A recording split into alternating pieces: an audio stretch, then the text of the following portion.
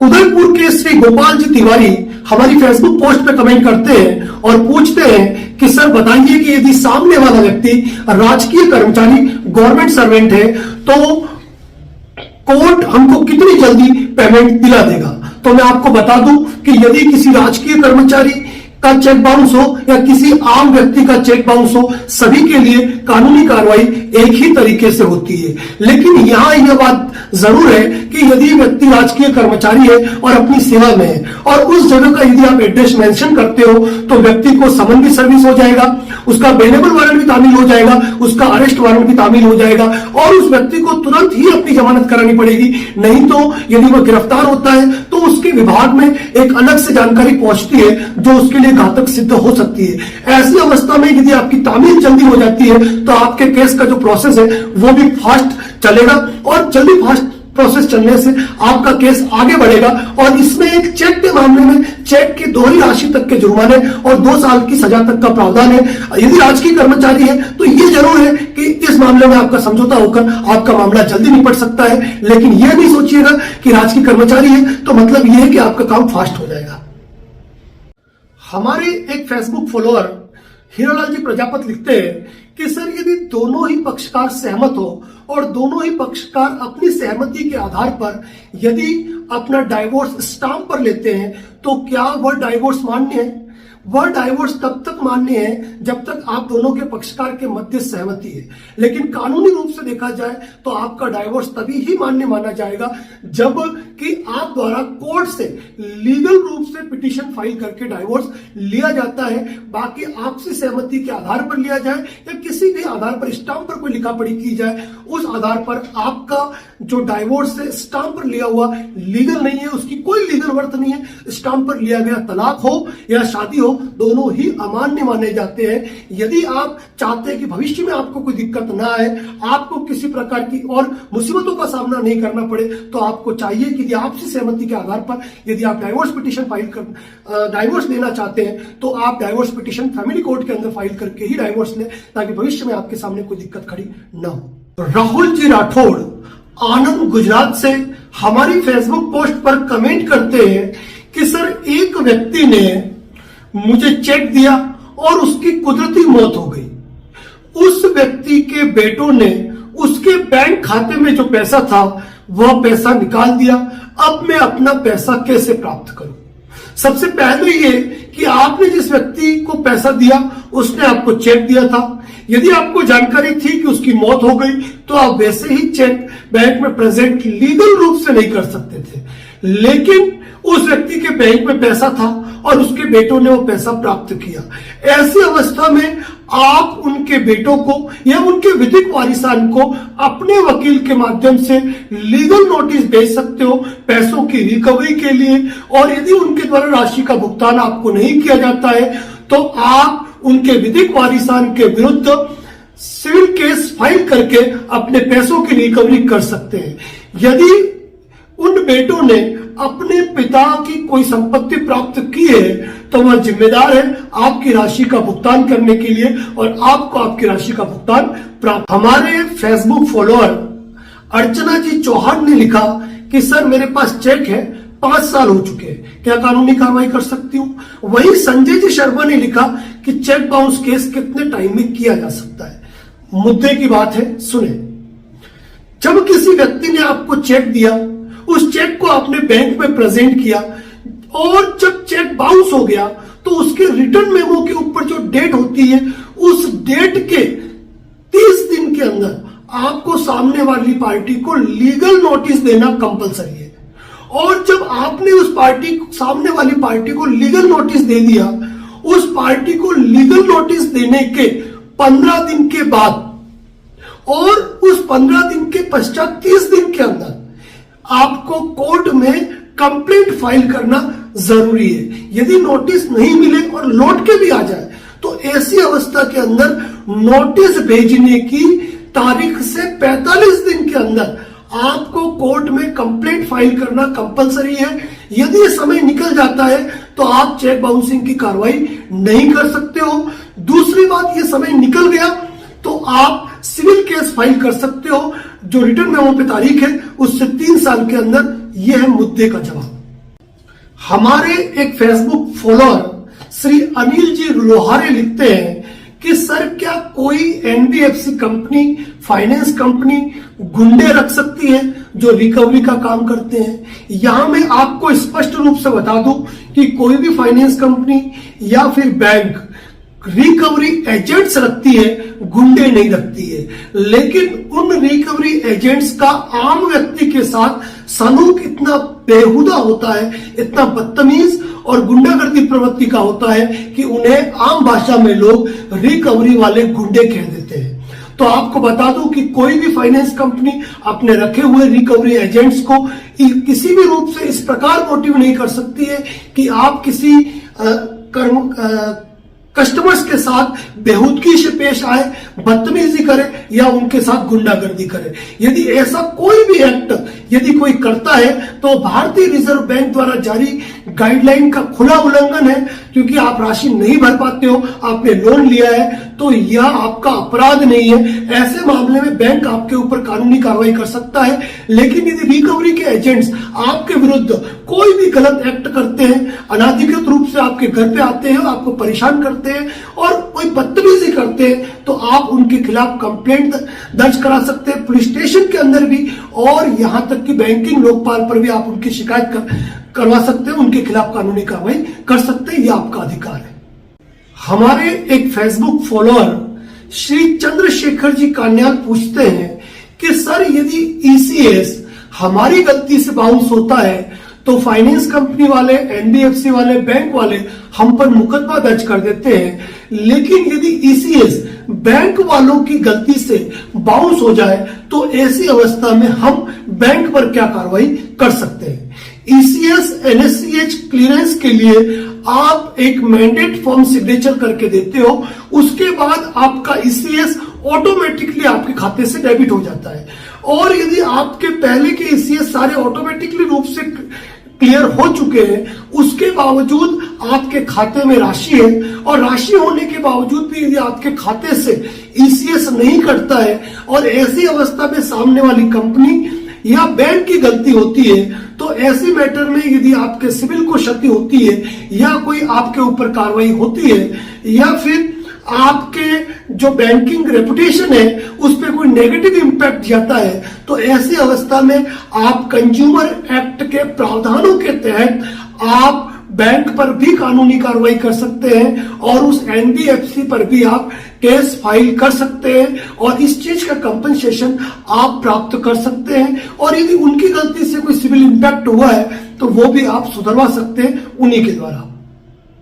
Shri DS. Meena हमारी Facebook post पर लिखते हैं कि सर एक व्यक्ति का चेक बाउंस हो गया और वो यदि सरकारी कर्मचारी है तो कोई फर्क नहीं पड़ता, आम आदमी हो या सरकारी आदमी हो। यदि सरकारी आदमी का चेक बाउंस हो गया तो ये जरूर है कि आप उसके खिलाफ एफआईआर दर्ज करवा सकते हो या 138 एनआई एक्ट की कार्रवाई करोगे, तो वह अपने जॉब के मैटर में है और जॉब पर कोई आंच नहीं आने देना चाहता है, इस मामले में वह जल्दी सेटलमेंट कर सकता है। लेकिन यह आवश्यक नहीं है।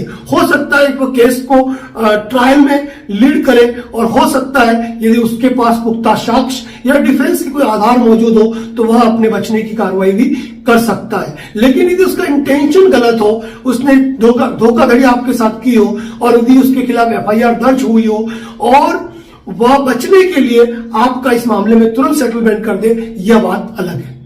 झुंझुनू से श्री मनोज कुमार हमारी फेसबुक आईडी पर कमेंट करते हैं कि सर मैं एक्स सर्विसमैन हूं और किसी व्यक्ति ने मुझे नौकरी दिलाने के नाम पर मुझसे 7 लाख रुपए हड़प लिए। मेरे पास उनके 6 लाख रुपए के चेक हैं, क्या मैं उनके ऊपर 130 एनआई एक्ट के अंतर्गत चेक बाउंसिंग का मुकदमा करवाऊं? यहां पर हमारी आपको स्पष्ट सलाह होगी कि सामने वाले व्यक्ति ने आपको गवर्नमेंट जॉब लगाने के नाम पर आपसे राशि हड़पी है, आपके साथ धोखाधड़ी की है और आपको चेक दिए। ऐसी अवस्था में आप चेक बाउंस करवाइए और चेक बाउंस करवाकर आपके पास जो अदर डॉक्यूमेंट या फिर उनकी जो कॉल रिकॉर्डिंग या उन्होंने जो कुछ कह रखा है उसके आधार पर आप उस व्यक्ति के खिलाफ नजदीकी पुलिस थाने के अंतर्गत नौकरी दिलाने के नाम पर की गई धोखाधड़ी के संदर्भ में एफआईआर दर्ज करवाए। साथ ही आप 138 एनआई एक्ट के अंतर्गत चेक बाउंसिंग की कार्रवाई भी करें, लेकिन ये ध्यान रखें कि दोनों ही कार्रवाई के अंदर जो रियल स्टोरी दोनों एक जैसी ही मेंशन करें, अलग बिल्कुल न करें। यदि धोखाधड़ी हुई है तो दोनों ही कार्रवाई आपकी एक साथ होगी। क्या पुलिस थाने में दिए गए बयान कोर्ट में मान्य है? जब किसी प्रकरण के संदर्भ में पुलिस थाने में बयान दिए जाते हैं, उन्हें सीआरपीसी 161 के बयान कहे जाते हैं। और सीआरपीसी 161 के जो बयान पुलिस अनुसंधान अधिकारी द्वारा लिए जाते हैं, चाहे वो पीड़ित के हो या दूसरे गवाहों के हो, उन पर जनरली बयानों पर हस्ताक्षर नहीं करवाए जाते। और पुलिस थाने के अंदर दिए गए बयान जो 161 के अंतर्गत होते हैं, उन्हें कोर्ट में कोई मान्यता नहीं दी जाती है। यानी कि पुलिस थाने के अंतर्गत दिए गए बयान कोर्ट में मान्य नहीं है। वही सीआरपीसी 164 के बयान जो कि मजिस्ट्रेट के समक्ष होते हैं, वह बयान मान्य माने जाते हैं। तो इस वीडियो में क्लियर बात आप समझ गए होंगे कि पुलिस थाने में दिए गए बयान कभी भी कोर्ट में मान्य नहीं होते हैं, क्योंकि यह माना जा सकता है कि पुलिस द्वारा प्रेशर लगाकर दबाकर या फिर व्यक्ति के ऊपर जबरन कोई डर दिखाकर भी उसके बयान लिए जा सकते हैं। इस कारण उन बयानों को कोर्ट में मान्यता नहीं दी जाती। अक्सर हम एक शब्द सुनते हैं, ट्रायल कोर्ट, अपील कोर्ट, और दिमाग में ये बात रहती है कि ट्रायल कोर्ट क्या है, अपील कोर्ट क्या है, इसके अंदर क्या अंतर है। तो मैं आपको स्पष्ट करूंगा कि जब भी किसी व्यक्ति के खिलाफ कोई मुकदमा चलता है या कोई मुकदमा पंजीबद्ध होता है, तो ऐसी अवस्था में जिस पहली कोर्ट के अंदर, जिस प्रथम कोर्ट में उस मुकदमे का विचारण चलता है, जहां पूरी प्रक्रिया होती है, जहां उसकी ट्रायल चलती है, उनको ट्रायल कोर्ट कहा जाता है। और जब उस कोर्ट द्वारा अपना डिसीजन, अपना निर्णय दे दिया जाता है और व्यक्ति उस फैसले से असंतुष्ट होकर उस निर्णय के खिलाफ जब वो ऊपर की अदालत में जाता है, तो उसे अपीलीय कोर्ट, अपील कोर्ट कहा जाता है। तो ट्रायल कोर्ट का मतलब कि वह कोर्ट जहां मुकदमा पहली बार दाखिल हुआ, जहां पे उस केस से संबंधित ट्रायल चली है और वहां के फैसले से असंतुष्ट होकर जब ऊपर की कोर्ट में जाते हैं, तो वह अपीलीय कोर्ट कहलाती है। बधाई हो, आपने जीती है चमचमाती मर्सिडीज कार। आपका खुला है लकी ड्रॉ और मिलेगी आपको चमचमाती नई ब्रीजा कार। ऐसे ही कई मैसेज आपके नंबर पे आते हैं और सामने वाले को द्वारा आपको इतना प्रलोभित कर दिया जाता है और वो कहता है कि मात्र 1000 रुपए आपको जमा कराना है और आप इस चमचमाती कार के मालिक बन जाएंगे। हम सोचते हैं लाखों रुपए की कार और 1000 रुपया तुरंत जमा कराते हैं। उस राशि को जमा कराने के एक दिन बाद उनका अपडेट आता है कि आपने 1000 रुपए जमा करा दिया, ये कार आपकी हुई, लेकिन चक्कर है कि इसमें इंश्योरेंस और रजिस्ट्रेशन चार्जेस आपको जमा कराने पड़ेंगे। आपको मात्र जमा कराने 60,000 रुपए, और आप इस लालच में कि आप ये 60,000 रुपए नहीं जमा कराएंगे तो कार चली जाएगी, आप 60,000 भी जमा कराते हैं। फिर आती है अगली बात 24 घंटे बाद कि यह कार आपको भेजने का खर्चा आपको उठाना पड़ेगा और वो खर्चा है 25,000 रुपए, और वो भी आप जमा कराते हैं और फिर बंद हो जाता है वो फोन और आपका सपना रह जाता है अधूरा। कभी नहीं खुलता है कोई ड्रॉ, केवल और केवल फर्जीवाड़े होते हैं। ऐसा यदि हुआ है आपके साथ तो अवेयर हो जाए, तुरंत नजदीकी पुलिस थाने में रिपोर्ट दे और ऐसे किसी भी प्रकार के मैसेज और लिंक से दूर रहे। कभी कोई ऐसे गिफ्ट नहीं खुलते। व्यक्ति के जीवन में कभी न कभी वो पल आता है जब उसे अपने किसी काम के लिए कभी कोई शपथ पत्र बनवाना होता है, कभी कोई किरायानामा इकरार करना पड़ता है, कभी लेन देन संबंधित कोई एग्रीमेंट बनाना होता है, कभी प्रॉपर्टी खरीदने और बेचने के लिए कोई इकरारनामा बनाना पड़ता है। तो अक्सर लोग ये पूछते हैं कि सर हमें कितने रुपए के स्टाम्प पर कोई भी डॉक्यूमेंट एग्जीक्यूट करना चाहिए ताकि कभी हमें कोई दिक्कत ना आए। तो सामान्यतः मैं एक बात बताऊं आपको कि जब भी आप कोई शपथ पत्र निष्पादित करना चाहें तो उसके लिए केवल 50 रुपए का स्टाम्प आपके लिए काफी है। लेकिन शपथ पत्र के अलावा यदि आप कोई भी दूसरा डॉक्यूमेंट एग्जीक्यूट कर रहे हैं जो कि एग्रीमेंट है, जिसे कि हम इकरारनामा, अनुबंध कहते हैं, तो उसके लिए आप 500 रुपए का स्टाम्प आपको लेना आवश्यक है। उससे कम के स्टाम्प पर कभी भी किसी भी प्रकार का इकरारनामा आप एग्जीक्यूट नहीं करें, नहीं अन्यथा आपको आगे उसमें दिक्कत आ सकती है। हमारे एक फेसबुक फॉलोअर श्रीमान इमरान खान जी ने हमें पूछा कि सर आज की तारीख में जो ऑनलाइन लोन मिलते हैं, क्या यह ऑनलाइन लोन बिना किसी घर पे गए, बिना उस लोन लेने वाले का वेरिफिकेशन किए बिना, उसके डॉक्यूमेंट सिग्नेचर किए बिना और यहां तक कि उस व्यक्ति का चेहरा देखे बिना क्या लोन देना लीगल है? तो मैं आपको बता दूं कि हम 21वीं सदी में जी रहे हैं और 21वीं सदी में आज की तारीख में सबसे बड़ा जो प्लेटफॉर्म है वह ऑनलाइन ही है। किसी व्यक्ति के सिविल स्कोर को देखते हुए या फिर उस व्यक्ति के बैंकिंग रिकॉर्ड को देखते हुए कोई भी बैंक या फिर कोई ऑनलाइन लोन एप्लीकेशन आपको लोन का प्रस्ताव दे सकती है। और जब आप लोन लेते हैं तो आप उनके टर्म एंड कंडीशन को ओके करते हुए, अपनी डिटेल सबमिट करते हुए उनको आप परमिशन देते हैं और ये हो जाता है आपका ई कॉन्ट्रैक्ट और वो कंपनी आपको लोन दे सकती है। लेकिन फिर भी मैं कहूंगा सावधान रहिएगा ऐसे लोन से, क्योंकि इन लोनों में सबसे ज्यादा होते हैं फर्जीवाड़े और अनाप शनाप ब्याज की वसूली की जाती है। तो ऐसे लोन के चक्कर में आपको नहीं फंसना चाहिए। भारतीय कानून में एक महत्वपूर्ण शब्द है और वो है पक्षकारों की तलबी।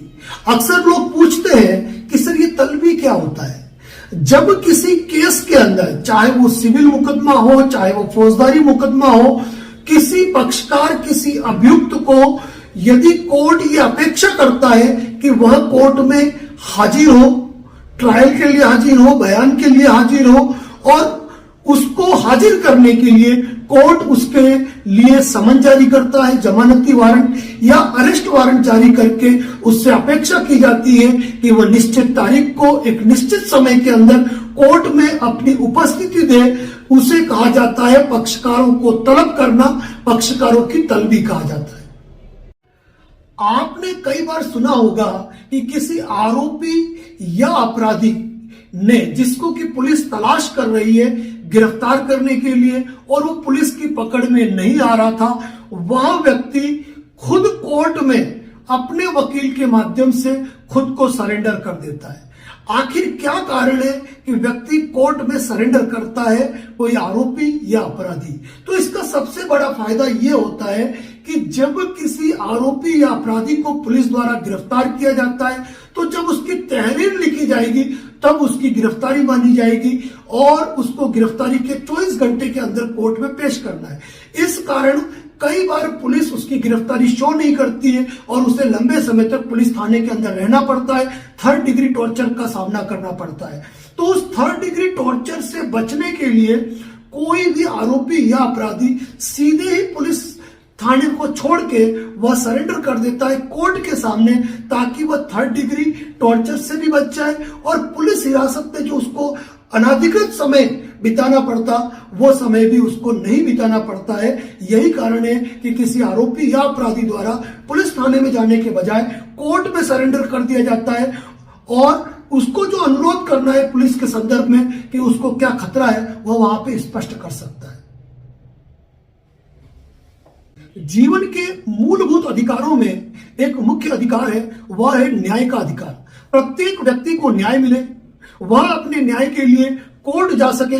लेकिन ऐसी अवस्था में जब कोई व्यक्ति गरीब है, अक्षम है और वकील का खर्चा उठाने में समर्थ नहीं है, ऐसी अवस्था में वह व्यक्ति सरकार को अनुरोध करते हुए फ्री में वकील भी ले सकता है और उस वकील के माध्यम से केस लड़ सकता है। जब कोई व्यक्ति अक्षम है, असमर्थ है और उसे अपने केस के लिए फ्री में वकील चाहिए तो उसे वहां के संबंधित जो विधिक सेवा प्राधिकरण है उस विधिक सेवा प्राधिकरण में जाकर एक आवेदन, एक एप्लीकेशन देनी पड़ेगी जिसमें उसके दस्तावेज लगे होंगे और उसका आय प्रमाण पत्र भी लगा होगा कि वह किस रूप से अक्षम है। उस अवस्था में उसको विधिक सेवा प्राधिकरण की तरफ से योग्य पैनल अधिवक्ता दिलाया जाएगा जिसका खर्चा राज्य सरकार वहन करती है और उस व्यक्ति की तरफ से वह अधिवक्ता केस लड़ेंगे जिसके लिए उस व्यक्ति को वकील को फीस देने की कोई आवश्यकता नहीं होगी।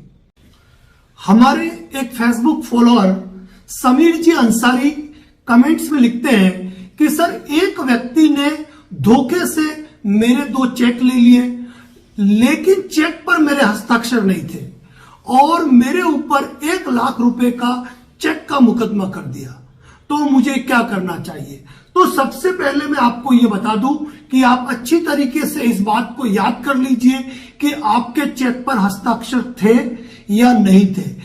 इसका मतलब यह है कि यदि आपके चेक पे हस्ताक्षर नहीं थे तो सामने वाले ने उस चेक पर फर्जी हस्ताक्षर करा के चेक बाउंस कराया है।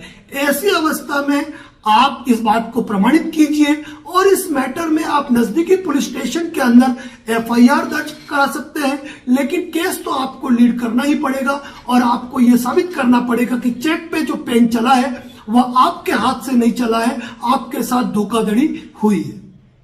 एक फेसबुक फॉलोअर श्याम सुंदर जी खांडल ने फेसबुक कमेंट किया और पूछा, सर आपसी सहमति के आधार पर यदि तलाक लिया जाता है तो क्या उसका लाभ सरकारी नौकरी में आरक्षण के रूप में मिलेगा? यहां पर मैं आपको स्पष्ट करना चाहूंगा कि यह जिस भी आप राज्य के हैं, यदि उस राज्य के सर्विस मैनुअल के अंदर नौकरी देने के जो प्रावधान किए गए हैं, उस नियमों और कानूनों के अंतर्गत यदि उनके द्वारा कोई रिजर्व कैटेगरी डाइवोर्सी तलाकशुदा महिलाओं के लिए रखी गई है तो आपको उसका लाभ मिलेगा। और लगभग स्टेट्स के अंदर तलाकशुदा महिलाओं के लिए रिजर्वेशन कैटेगरी डिसाइड की गई है और उसका लाभ उनको मिलता है। लेकिन यह भी स्पष्ट रूप से सुन लीजिए कि यहां पर केवल और केवल लीगल रूप से कोर्ट द्वारा जो डाइवोर्स लोगे उसी के अंतर्गत आपको इसका बेनिफिट मिल सकता है। आप स्टाम्प पर की गई लिखापड़ी को तलाक की डिग्री बताते हुए आप उसका लाभ नहीं ले सकते। फॉलोअर श्री सतीश कुमार पूछते हैं कि सर चेक बाउंस के मैटर में कितने गवाहों की जरूरत पड़ती है कोर्ट में? तो मैं आपको बता दूं कि चेक बाउंस केस जो है वह एक ऐसा केस है जिसमें गवाहों की जरूरत नहीं के बराबर पड़ती है। इसके पीछे कारण यह है कि आपका बाउंस हुआ चेक, आपका return memo, advocate notice, postal रसीद और एक्नॉलेजमेंट रिसिप्ट के सामने वाली पार्टी को प्राप्त हुआ तो, नहीं तो रिटर्न लिफाफा, ये दस्तावेजी साक्ष्य है। और इसके अलावा परिवादी स्वयं इसमें गवाह होता है, आपका बैंक मैनेजर, सामने वाले का बैंक मैनेजर और यहां तक कि जो उस एरिया के पोस्टमैन है जो कि डाके डिलीवर करते हैं वही इसमें विटनेस होते हैं, जिनके विटनेस की जरूरत कभी पड़ती नहीं है क्योंकि वो ऑन डॉक्यूमेंट ऑलरेडी पत्रावली पर मौजूद होते हैं। तो चेक बाउंस के मैटर में आप खुद ही अपने केस के गवाह हो, आपके डॉक्यूमेंट ही आपके दस्तावेजी साक्ष्य है और कोई। हमारे एक फेसबुक फॉलोअर जिनका नाम सुरिंदर जी सुहाग है, वो लिखते हैं कि सर मैंने दुकान 2018 में बंद कर दी और किसी व्यक्ति ने 2021 का बिल काटकर मेरे ऊपर फर्जी केस फाइल कर दिया। कोई दिक्कत नहीं, कोई दिक्कत नहीं, सामने वाले ने आप पे फर्जी केस किया है यह साबित करना आपके लिए बहुत आसान है। आपके जहां पर दुकान थी वहां के आसपास के जो लोग हैं वह इस बात का प्रमाण देंगे कि आपने दुकान 2018 में बंद कर दी। जो बिल कटा है वो 3 साल बाद कटा है। आपकी बिल बुक जहां से आपका काम बंद हुआ वह बिल बुक आप बतौर साक्ष्य पेश कर सकते हैं और वह बिल ऑलरेडी आपकी बिल बुक से मैच नहीं होगा, आपकी हैंडराइटिंग मैच नहीं होगी। ऐसी अवस्था में उस पर हैंडराइटिंग किसकी है, फर्जी हस्ताक्षर किसने किए, किसने बिल काटा, यह इन्वेस्टिगेशन का इशू है और जिसने भी फर्जीवाड़ा किया है यकीनन उसके खिलाफ मुकदमा आप दर्ज करवा सकते हो और वह व्यक्ति सीधा जेल जाएगा, उसे कोई रेमेडी प्राप्त नहीं हो पाएगी। फॉलोअर श्री सुनील कुमार जी लिखते हैं कि सर एक पार्टी ने मुझे चेक नहीं दिया लेकिन उसका जीएसटी बिल कटा हुआ है, तो मैं उससे राशि की वसूली कैसे करूं? तो यह आवश्यक नहीं है कि आपके पास चेक होगा तभी उस राशि की वसूली कर पाएंगे। चूंकि व्यक्ति ने आपसे माल खरीदा है, उसके लिए आपने बिल जारी किया है, या तो बिल पे उसका सिग्नेचर होंगे या फिर उस माल को आपने कुरियर के जरिए भेजा हो या फिर आपने बिल्टी के जरिए भेजा हो, किसी भी माध्यम से भेजा, उसके आपके पास प्रमाण होंगे या ऐसा कोई प्रमाण होगा जिससे आप ये साबित कर पाए कि उस व्यक्ति ने आपसे माल खरीदा है। ऐसी अवस्था में आप उस बिल के आधार पर उस व्यक्ति के खिलाफ वसूली का दावा कर सकते हैं। किंतु ये जो कार्रवाई है वह कार्रवाई होती है सिविल प्रक्रिया संहिता के अंतर्गत, इसमें दावा फाइल होता है। इसके लिए आप अपने नजदीकी वकील से संपर्क कर सकते हैं और केस फाइल करके अपने पेमेंट की रिकवरी कर सकते हैं। हमारे एक फेसबुक फॉलोअर श्री राजेश जी शर्मा लिखते हैं कि सर मैंने किसी पार्टी को चेक दिया था और पेमेंट मैंने स्टॉप करा दिया, अब क्या होगा, क्या वो मेरे खिलाफ कानूनी कार्रवाई कर पाएगा? तो सबसे पहले मैं ये कहता हूं कि आपने सामने वाले व्यक्ति को चेक दिया, इसका मतलब आपने उसको राशि के भुगतान के लिए चेक दिया था। इसके बावजूद यदि आपने पेमेंट स्टॉप करवाया है और बिना किसी वाजिब कारण के कराया है तो यह कानूनन गलत है। यदि चेक पेमेंट स्टॉप के कारण भी बाउंस होता है तो आपके खिलाफ 138 एनआई एक्ट का मुकदमा होगा।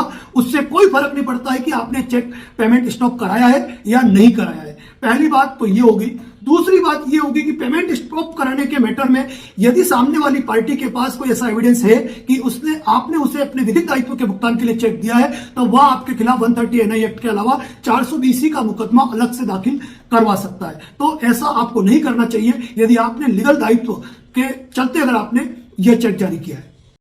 हमारे एक फेसबुक फॉलोअर अनी कमेंट्स करते हैं कि सर यदि किसी पिता ने अपने बेटे के नाम पे वसीयत कर दी है तो उनकी बेटियों को उसका मालिकाना हक कैसे मिलेगा। सबसे पहले मैं आपको यह बता दूं कि कोई भी व्यक्ति वसीयत उस अवस्था में कर सकता है जब वसीयत करने वाली संपत्ति उसके द्वारा स्व अर्जित की हुई हो, यानी कि उसके स्वयं के एफर्ट से उसने जो संपत्ति बनाई है वह केवल उस संपत्ति की वसीयत कर सकता है। यदि संपत्ति उस व्यक्ति द्वारा अपने पुरखों की संपत्ति, जो पूर्वजों की संपत्ति है, मॉरिशी प्रॉपर्टी है, यदि उसकी वसीयत उसने कर दी है तो ऐसी अवस्था में बेटियां अपना मालिकाना हक प्राप्त करने के लिए कानूनी केस फाइल कर सकते हैं। लेकिन यदि व्यक्ति ने अपने स्वअर्जित संपत्ति की ही वसीयत की है तो ऐसी अवस्था में बेटियां अपनी जो हक है उसके लिए कोई दावा नहीं कर सकती है, कोई क्लेम नहीं कर सकती है। हमारे एक फेसबुक फॉलोअर श्री अजीत जी अग्निहोत्री पूछते हैं कि सर मैंने एक चेक बाउंस कराया, चेक का नोटिस भी दे दिया और चेक का नोटिस देने के बाद मुझसे चेक कहीं खो गया, ऐसी अवस्था में क्या मैं चेक का केस फाइल कर सकता हूं? जी हां, आप जरूर चेक का केस फाइल कर सकते हैं। सबसे पहले आपको अपने चेक के खोने की मिसिंग रिपोर्ट आपके नजदीकी पुलिस स्टेशन में दर्ज करानी होगी। इसके बाद यदि आपके पास चेक की फोटोकॉपियां और रिटर्न मेमो की फोटोकॉपी है तो ठीक है, नहीं तो आप अपनी बैंक से संपर्क करके उससे चेक की फोटोकॉपी और रिटर्न मेमो की फोटोकॉपी उनकी सील लगवाकर आप ले सकते हैं और कोर्ट में सेकेंडरी एविडेंस की एप्लीकेशन लगाते हुए जो अपनी मिसिंग रिपोर्ट दर्ज कराई हुई है उस मिसिंग रिपोर्ट को भी साथ में अटैच करते हुए आप 138 का केस फाइल कर सकते हैं सेकेंडरी एविडेंस के बेस पर। हमारे एक फेसबुक फॉलोअर श्री हीरालाल जी प्रजापत पूछते हैं कि सर क्या नॉमिनी व्यक्ति, जो व्यक्ति मर चुका है, उसके लोन को चुकाने के लिए उत्तरदायी है? जी हां, यदि नॉमिनी ने कोई राशि मरने वाले से या उसकी कोई संपत्ति नॉमिनी के रूप में प्राप्त की है, उत्तराधिकारी के रूप में प्राप्त की है और वह उस संपत्ति या उस राशि का उपयोग कर रहा है तो वह नॉमिनी उत्तराधिकारी के रूप में, नॉमिनी के रूप में उस लोन को चुकाने के लिए उत्तरदायी है और उसे उस राशि को भरना पड़ेगा यदि सामने वाली कंपनी एनबीएफसी बैंक यदि इस मामले में दावा करती है तो। हमारे एक फेसबुक फॉलोअर श्री प्रेमराज जी लिखते हैं कि सर एक पार्टी ने मुझे एसबीबीजे बैंक का चेक दिया, लेकिन एसबीबीजे बैंक एसबीआई बन चुका है, अब वह चेक वैलिड नहीं है। ऐसी अवस्था में मैं क्या कर सकता हूं? यदि उस पार्टी ने आपको हाल फिलहाल ही वह चेक दिया हो और आपसे उससे राशि मांग रहे हो तो आप उसके खिलाफ धोखाधड़ी का मुकदमा दर्ज करा सकते हैं। और यदि उस व्यक्ति ने आपको पहले ही चेक दे दिया है और आप टाइम लिमिटेशन निकाल चुके हैं, लेकिन यदि 3 साल ही हुए हैं तो आप इस मैटर में ऑर्डर 37 सीपीसी के अंदर सिविल कार्रवाई करते हुए अपनी राशि वसूली का दावा फाइल कर सकते हैं और इसमें आपको जल्दी राहत प्रदान प्राप्त हो सकती है। हमारे एक फेसबुक फॉलोअर श्रीमान आरिफ जी छिपा पूछते हैं फेसबुक में कि सर क्या क्रेडिट कार्ड के बिल का सेटलमेंट पॉसिबल है? तो मैं आपको बता दूं कि सबसे ज्यादा जो सेटलमेंट होते हैं वो क्रेडिट कार्ड के ही होते हैं, क्योंकि बैंकों में जब कोई क्रेडिट कार्ड होल्डर उलझता है तो बैंक उस पेमेंट को रिकवरी करने में बैंकों को बड़ी मुश्किल आती है। इसीलिए ओटीएस यानी कि वन टाइम सेटलमेंट के अंदर क्रेडिट कार्ड के मैटर में यदि आप बात करते हैं और जितना अधिक सेटलमेंट करना चाहो उस राशि तक में आप सेटलमेंट कर सकते हैं। यानी कि सबसे ज्यादा सेटलमेंट यदि होता है तो वह क्रेडिट कार्ड के मामलों में ही होता है और उसमें आपको एक अच्छी राहत मिल जाती है। हमारे एक फेसबुक फॉलोअर श्री निखिलम गुरुजी यह कहते हैं कि सर मेरा चेक बाउंस हुआ ही नहीं, उसके बावजूद मुझ पर कोर्ट केस हो गया, कोर्ट से समन आ गया। तो देखिए ऐसा नहीं होता है।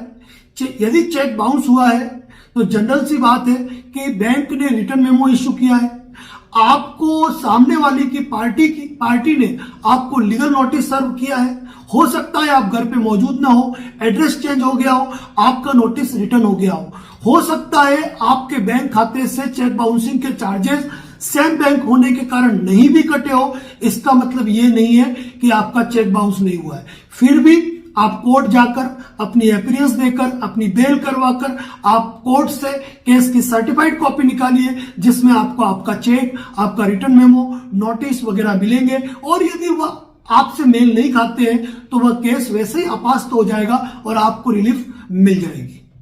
हमारे एक फेसबुक फॉलोअर श्री वैभव सिंह जी कमेंट करते हैं कि सर, मैंने एक व्यक्ति पर 1 लाख रुपए के चेक का मुकदमा किया है, लेकिन वह व्यक्ति कोर्ट में कह रहा है कि मैंने 1 लाख रुपए के बदले 2 लाख रुपए तक का ब्याज दे चुका हूं और यह चेक मैंने सिक्योरिटी पे दिया था, मुझे क्या करना चाहिए? देखिए, मानवीय दृष्टिकोण से मैं आपको यह कहूंगा कि यदि वास्तव में व्यक्ति को आपने 1 लाख रुपए दिए थे और यदि वह ब्याज के बदले आपको 2 लाख रुपए तक का भुगतान कर चुका है, तो आपको कोई कार्रवाई उसके खिलाफ नहीं करनी चाहिए। व्यक्ति की परिस्थितियों को भी आपको समझना होगा। दूसरी बात कि यदि वह गलत कह रहा है और उसने आपकी राशि का भुगतान नहीं किया है और वह कह रहा है कि चेक सिक्योरिटी पेटे भी दिया हुआ है, तो मैं आपको बता दूं कि इस मैटर में सुप्रीम कोर्ट इस मैटर को क्लियर कर चुके हैं कि सिक्योरिटी पेटे दिए गए चेक भी अब 138 एनआई एक्ट के दायरे में आएंगे। इस बारे में जजमेंट सुप्रीम कोर्ट का आ चुका है, तो यह कोई चिंता का विषय आपके लिए नहीं है।